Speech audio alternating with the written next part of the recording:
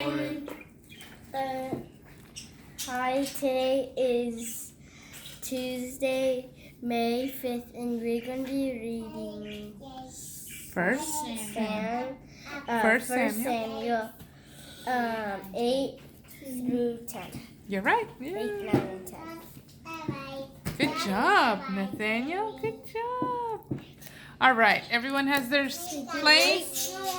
Catherine, you have yours. And we'll be reading Acts next.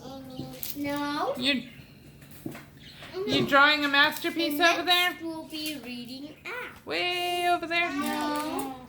In the other Bible. All right. Y'all found your spot? Yes? Thumbs up. Gabriel? Thumbs up. Put on the other Bibles. All right. We're going to be Acts 8. Yes. Yes. 8, 9, and 10. Oh, is that your thumbs up right there?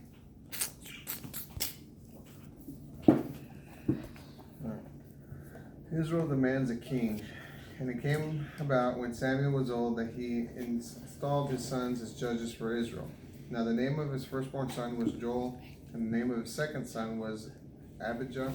They were judging in Beersheba. But his sons did not walk in his way, for they followed after unlawful gain, and they took bribes, and they perverted justice. And all the elders of Israel gathered together, and they came to Samuel at Ramah. They said to him, "You are old, and your sons do not walk in your ways. Now install for us a king to govern us like all the nations." But the king was evil in the eyes of Samuel, because they said, "Give us a king to govern us." And Samuel prayed to the Lord. The Lord said to Samuel, "Obey the voice of the people in relation to all that they say to you. For it is not you they have rejected, but me they have rejected, from reigning over them, just as all deeds which they have done to me from the day I brought them up from Egypt, even to this day, in that way have forsaken me and have served other gods, so they are doing also to you now.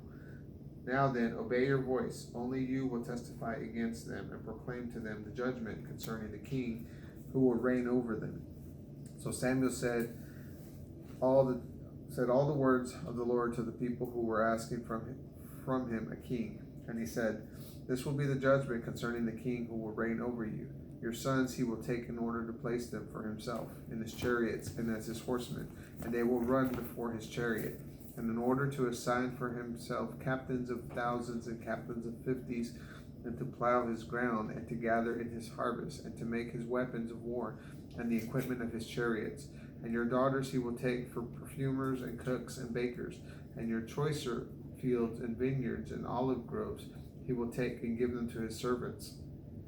And of your seed fields and your vineyards he will take 1/10 of their harvest, and will give it to his high officials and to his servants.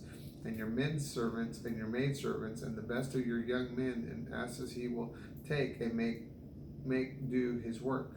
Your flocks he will take 1/10 of, but you will be his for slaves. And you will cry out in the day because of your king, whom you have chosen for yourselves, but the Lord will not answer you in that day." But the people refused to obey the voice of Samuel, and they said, "No, but surely a king will be over us, so that we also will be like all the nations, and so that our king will govern us and will go out before us and will fight our battles." And after Samuel heard all the words of the people, he spoke them in the hearing of the Lord. And the Lord said to Samuel, "Obey their voice and make for them a king." So Samuel said to the Israel's fighting men, "Go every man to his city." Chapter 9. Samuel anoints Saul.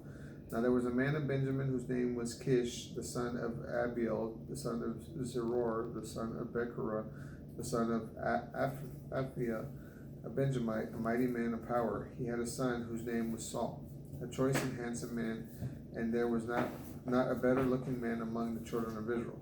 From his shoulders and up he was taller than any of the people.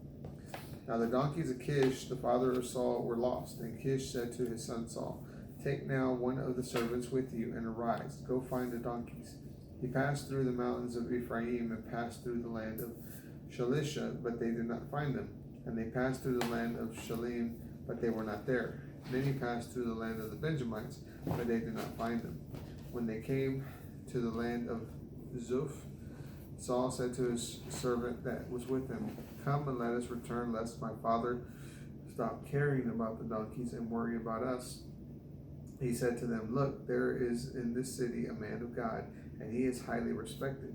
All that he speaks surely comes about. Now let us go there, perhaps he can show us the way that we should go." Then Saul said to his servant, "But listen, if we go, what will we bring the man? For the bread is gone from our satchels, and there is no present to bring to the man of God. What do we have?"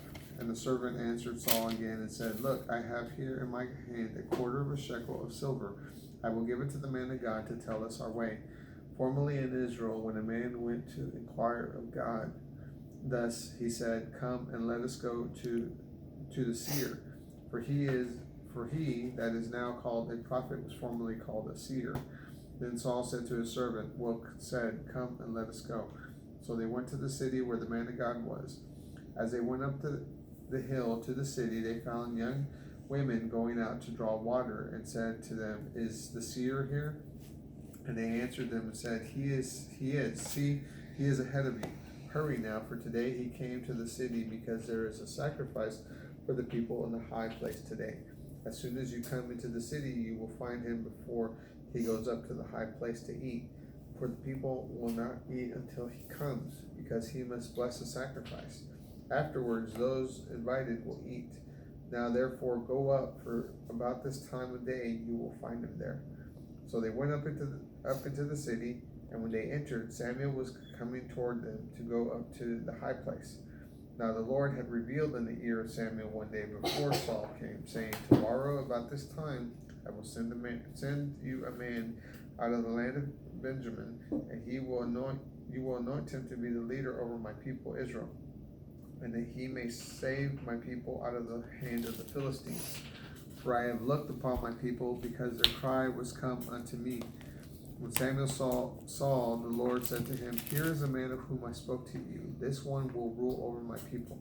Then Saul drew near to Samuel in the gate and said, "Tell me, please, where is the seer's house?" Samuel answered Saul and said, "I am the seer. Go up before me to the high place, for you will eat with me today, and tomorrow I will let you go, and will tell you then all that is in your heart. As for your donkeys that were lost 3 days ago, do not worry about them, for they have been found. And on whom is all the desire of Israel? Is it not on you and on all your father's house?" And Saul answered and said, "Am I not a Benjamite of the smallest of the tribes of Israel?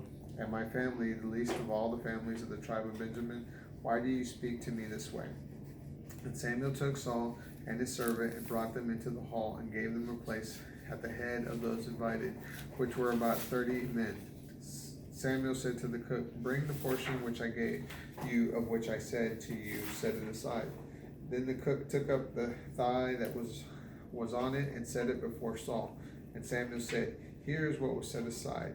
Set it before you and eat, because it has been kept for you until this time, since I have said I have invited the people." So Saul ate with Samuel that day. When they had come down from the high place in the city, Samuel spoke with Saul up on the roof. They arose early, and it was the rising of the dawn that Samuel called to Saul on the roof, saying, "Get up, that I may send you away." So Saul arose, and both he and Samuel went to the street. As they were going down to the outskirts of the city, Samuel said to Saul, "Tell the servant to pass on before us." So he passed on. "But you stand still, and I will proclaim to you the word of God." Chapter 10. Then Samuel took a vial of oil and poured it upon the head, and he kissed him and said, "Has not the Lord anointed you over his inheritance as ruler? When you have departed from me today, you will find 2 men by Rachel's tomb in the territory of Benjamin at Zelah. And they will say to you, 'The donkeys which you went to look for have been found. And now your father has stopped caring about your donkeys, and worries for you, saying, What will I do for my son?' Then you will go forward from there, and you will come to the plain of Tabor, and there you will meet 3 men going up to God to Bethel. one carrying 3 kids, another carrying 3 loaves of bread, and another carrying a bottle of wine. And they will greet you and give you 2 loaves of bread, which you will receive from their hands. After that you will come to the hill of God, where the garrison of the Philistine is. And when you come there to the city, you will meet a group of prophets coming down from the high place, with a harp, a tambourine, a flute, and a lyre before them. And they will prophesy. And the Spirit of the Lord will come upon you, and you will prophesy with them. And you will be turned into another man. And it will be when these signs come to you, do for yourself what the occasion requires, for God is with you. Then you will come down before me to Gilgal. And listen, I will be coming down to you in order to offer burnt offerings and to offer sacrifices of peace offerings. 7 days you will wait until I come to you. Then I will make known to you what you will do. And it happened that when he turned his back to go from Samuel, that God gave him another heart, and all those signs came to pass that day. When they came to the hill, a group of prophets met him, and the Spirit of God came upon them, and he prophesied among them. So when all who had previously knew him saw that he prophesied among the prophets, the people said to one another, "What is this that has come upon the son of Kish? Is Saul also among the prophets?" And the man from there answered and said, "But who is their father?" Therefore it became a proverb, "Is Saul also among the prophets?" When he had finished prophesying, he came to the high place. And Saul's uncle said to him and to his servant, "Where did you go?" And he said, "To seek the donkeys." And when he saw that they were nowhere around, we went to Samuel. Saul's uncle said, "Please tell me what Samuel said to you." Saul said to his uncle, "He told us plainly that the donkeys were found, but the matter of the kingdom of which Samuel had spoken he did not mention." Saul proclaimed king. Therefore Samuel called the people together unto the Lord at Mizpah. And he said to the children of Israel, "Thus says the Lord, the God of Israel, I brought up Israel out of Egypt, and delivered you out of my hand of the Egyptians, and of the hand of the kingdoms, and of them that were oppressed, that oppressed you.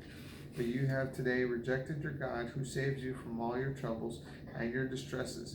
And you have said to them, 'No, but set a king over us.' Now therefore present yourselves before the Lord by your tribes and by your clans." So Samuel brought near all the tribes of Israel, and all the tribe of Benjamin was taken. Then he brought near the tribe of Benjamin by its families, and the family of Matri was chosen. Then Saul the son of Kish was taken, and when they sought him, he could not be found. Therefore they inquired again of the Lord, "Has the man come here yet?" And the Lord answered, "He has hidden himself among the equipment."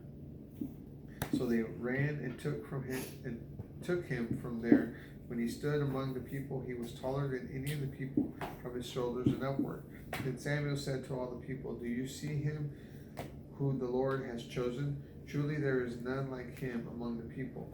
And all the people shouted and said, "Long live the king." Samuel told the people the ordinances of the kingdom, and wrote them in a book, and laid them up before the Lord. And Samuel sent all the people away, every man to his house. Saul also went home to Gibeah, and there they went with him, a band of valiant men whose hearts God had touched. But some worthless men said, "How will this man save us?" And they despised him and did not bring him a present, but he remained silent. And that is 1 Samuel 8, 9, and 10. Bye. Have a great day. Please subscribe. Hope you like this video. Please leave a like or a comment. All right. Oh, Joshua. Yes, Joshua fell asleep. Okay, you can stop shaking.